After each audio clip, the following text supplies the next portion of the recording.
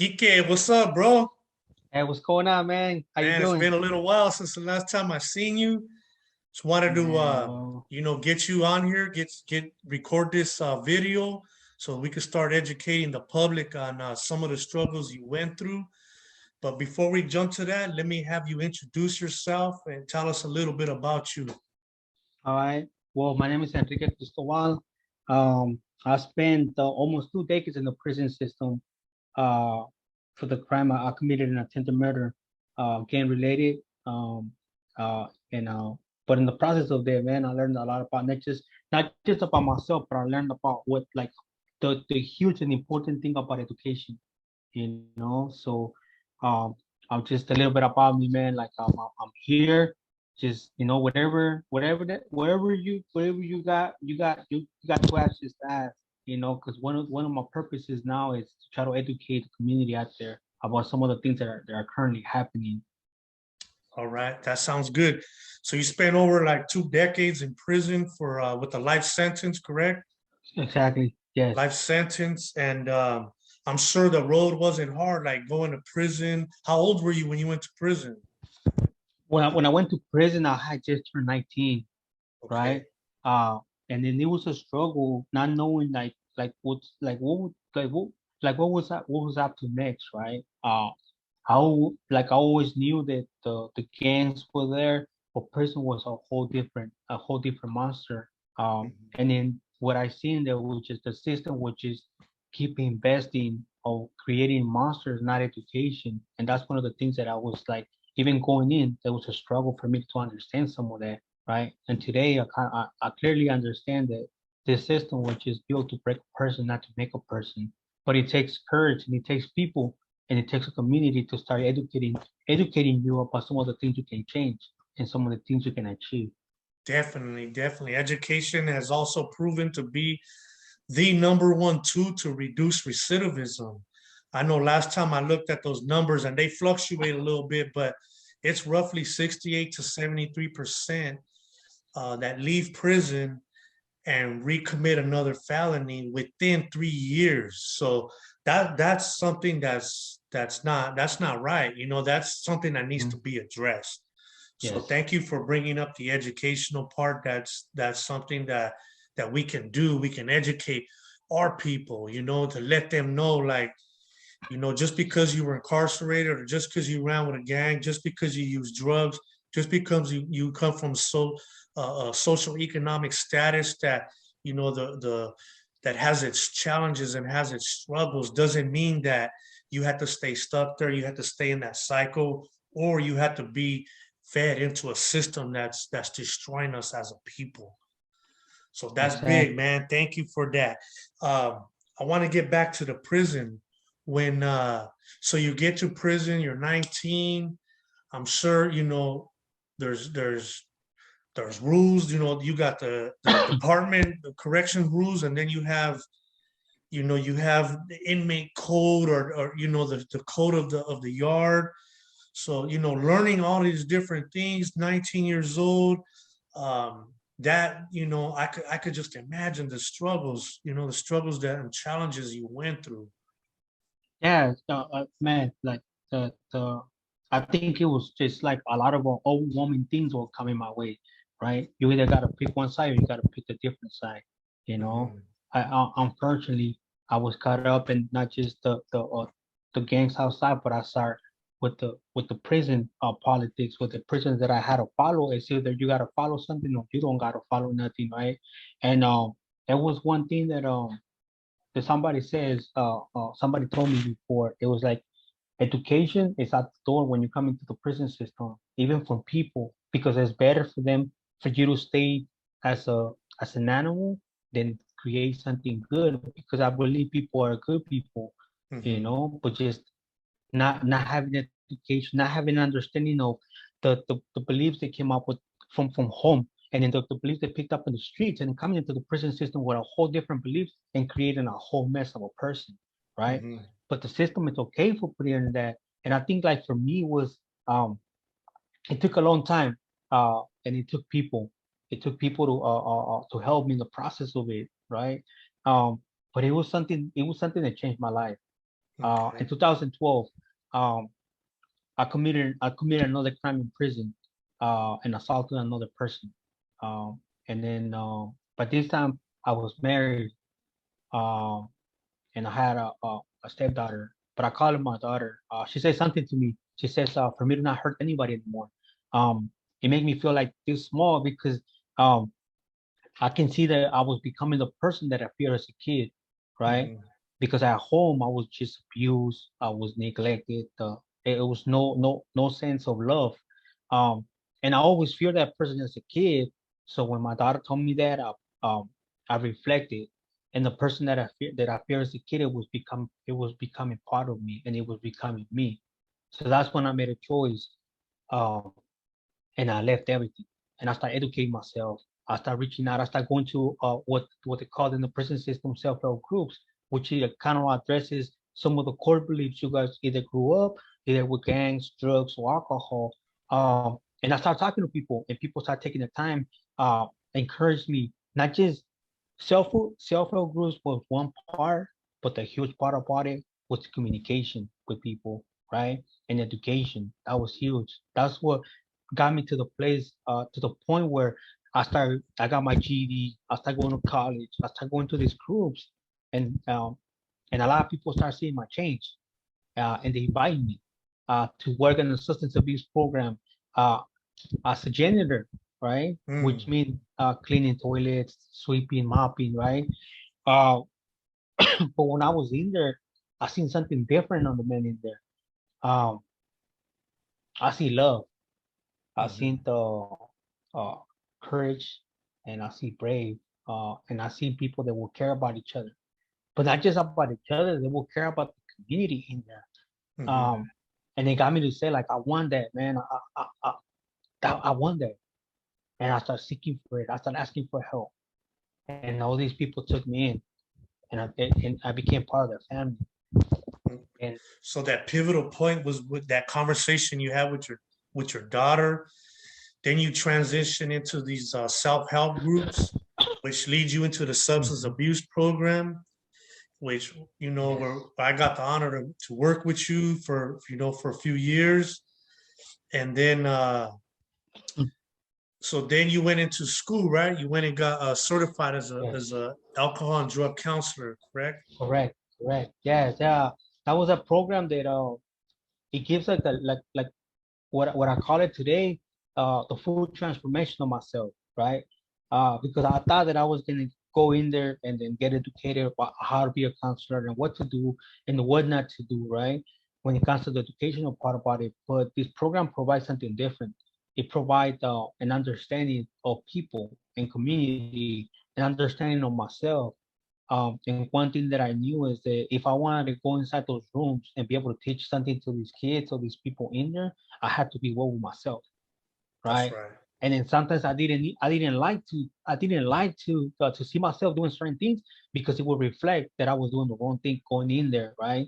But it helped out because it developed my transformation, and I started seeking something different. I started reaching out to the community out there. I started sending letters to the kids. I started doing all these things besides uh the like working in the substance abuse program or facilitating groups after hours, right? And it was something that I always would reflect that I didn't want to see some of these kids come back into the prison system and be part of the system, right? And then I had uh, a big blast. I had thought that I was gonna die in prison. I thought that one day that I was gonna go home, but it was gonna be not anytime soon. And I get a phone call on November 10th, 2020. Uh, my heart stopped when they said I had a phone call in the program office. Mm. Uh, because the only time you get a phone call in the program office is when it's bad news from your family. Mhm. Um, And all I told myself was like, let it not be my mom or my dad or my brother. Um, and when I walk inside the program office, I didn't even want to pick up the phone. Uh, but I noticed that the counselors, and the correction officers were like looking at me like, "What's wrong with this guy?" You know, but they couldn't understand that I have seen these in other people's when they get these phone calls. Um, but I got the phone, I answered it, and it was that uh the governor the governor secretary of Gavin Newsom um deliver a news that at that moment I couldn't quite understand, and I didn't believe it. Um, the words clemency came up. Uh, my brain wasn't registered. I was like, what is clemency means, right? And they started laughing, and then she says that that means that it's an immediate release. Yeah. You're gonna get you're gonna go home in less than 10 days. Um, the governor appreciates your help, but he understands your transformation. Um, and I started crying because one thing that I might change, I never did it for that purpose, right? Mhm. But I always believed in Miss Mitchell. She was like the boss lady, right? Program director. She always tell me that we couldn't see past the fences, but she Yeah. will see us farther than that. And that those comments came to me, uh, and that's when I started seeing farther than that. Uh, and yeah, and November 10th, 2020, the governor of California clemency my sentence. So you're like, man, I'm going home. This is like I'm going. I'm gonna go see my mom. I'm gonna go see my dad, my brother, my new nieces, and all the new family members that been came Yes, along for those 2 decades you were gone. yeah, And then that release date comes. You're all ready to go. You're sitting in R&R. Tell us what happens. yeah. I get released on November 19th. Um, and I'm thinking about that, man. I'm thinking about like hugging my daughter. Um, I have never spent time with my nephews. They're all born when I was in prison. The oldest one, she's 19. Um, and I wanted to see them. I wanted to hug them. But at that time when I was getting released, um, ICE uh, uh, was there, and I remember calling my name, and I responded, and they said, "You got an ICE hold, which means we're gonna have to take you into a federal building until proceedings get through, because you're undocumented, and you don't got no papers." Um, I feel betrayed. Uh, I feel hurt. Uh, I feel that the system have failed me again since I was a little kid. Um, and it's crazy where I'll start putting everything together. When I immigrated to the United States, I speak a little bit of English, uh, and I was assaulted uh, by gang members, uh, but because I couldn't understand what they were saying. Mhm. When the cops arrived there, they arrested me because I couldn't understand what they were saying, uh, and all I was told there was because of the because of the because of the play out where I used to live, it was festive with gangs and drugs. So they believed that I was a gang member. Uh, so I feel that the system failed me right there because after that I couldn't trust the cops. Mhm. Uh, and in R&R, when they did that, I feel the same way as a little kid that couldn't understand, that couldn't communicate with these officers. The same thing. I couldn't trust the governor, and I couldn't trust the system. And I was transferred to a detention center. Uh, and when I arrived in the detention center, uh, the ICE agents were keep encouraged me to sign my papers for me to get deported to Mexico. uh, Multiple times I told these people that I didn't have family over there. My family went to the U.S. I didn't have a place where to go. Um, I was next gang member. I was full of tattoos, which will be a target for me to get murdered in Mexico because I will be homeless. Mhm. Um, and I said I didn't care. They said a person like me and a person with the crime I committed have no reliefs in the U.S. by the Constitution. I believed it, and I almost signed. Um, but it was someone in there um, that was educating himself on the immigration law and the proceedings of that. Um, and he said, you got too much rights. Fight for your rights. And he said something that I remember you always used to say, and I remember putting it in the wall. And he said, educate your mind, which you used to say, educate your thoughts. Yeah. And I start saying, okay, tell me how can I get to anywhere where I can get my hands on information about this. And I start studying. And every time they would come in, and they would every time they were dehumanize undocumented people, mistreat them, uh, belittle these people because they couldn't understand what they were talking about. So you have multiple people signing their rights away without even letting them know what their rights were about.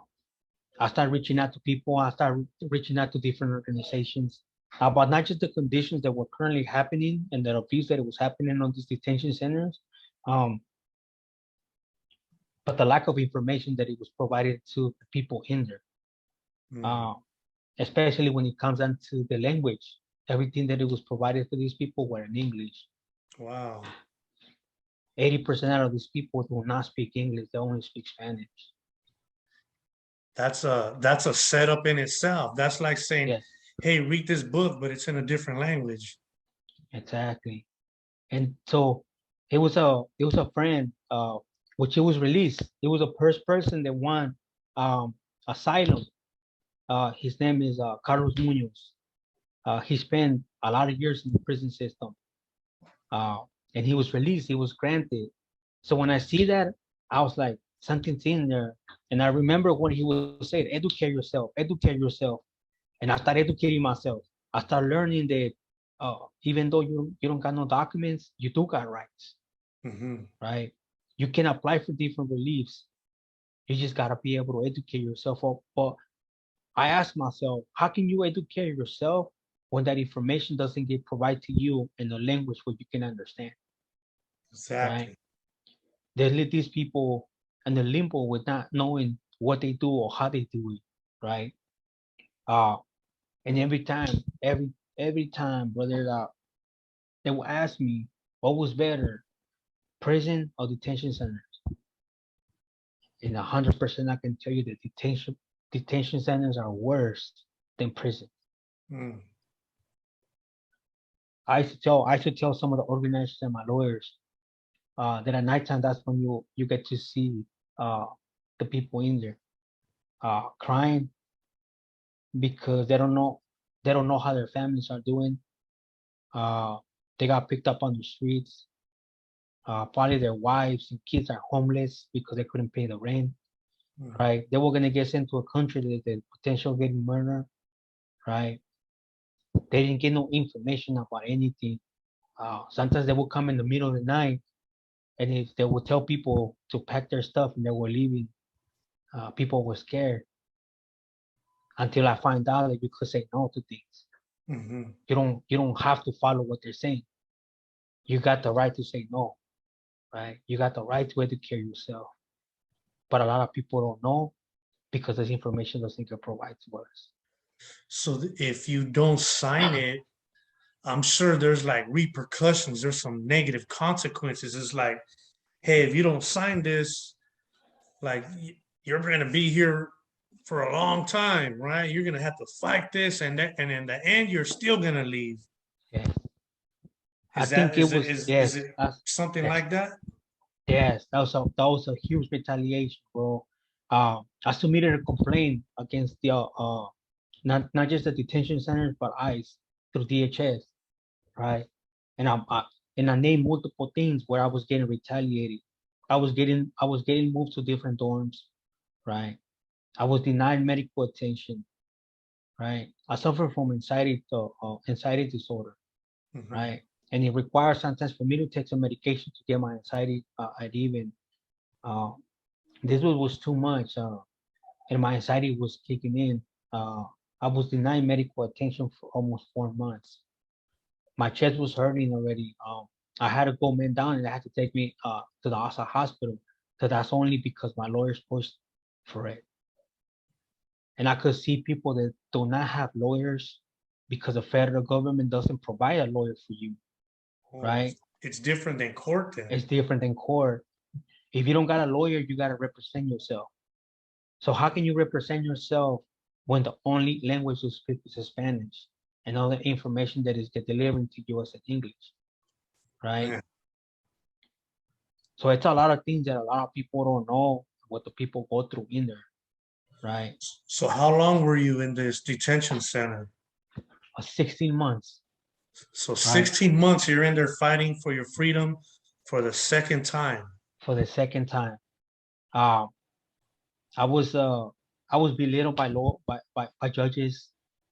Uh, I was denied the first time because I couldn't provide factual evidence, right? My mom and some of my friends they paid a lawyer some money, which he took out with the money, Hmm. right? He robbed my family and my friends with the money. Um, so I had to represent myself because at that time I didn't have no lawyers. But I couldn't provide no factual evidence because I didn't have access to a computer. I couldn't really tell my family what to do or what to get, and I was denied. Uh, and I had at this time when I was like pushing everything, I always called my angels, and that's my lawyers. They came along and they started representing me at no cost, right? Uh, they start helping me. They start getting everything together. And they have asking me like, with everything that you have, how come you didn't win?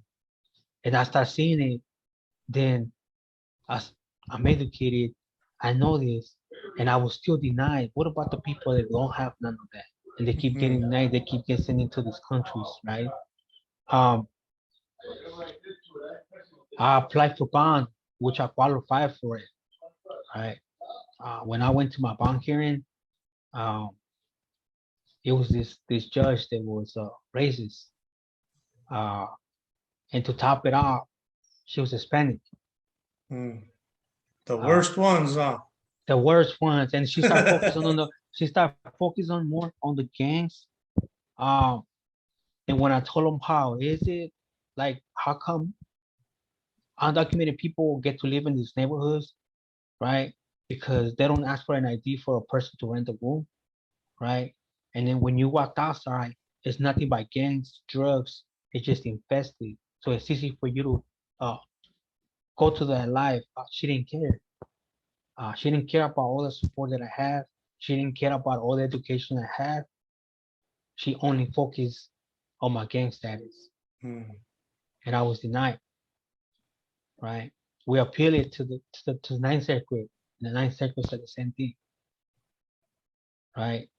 It was devastating. But I didn't give up. I started educating myself more. I started submitting more complaints about the conditions.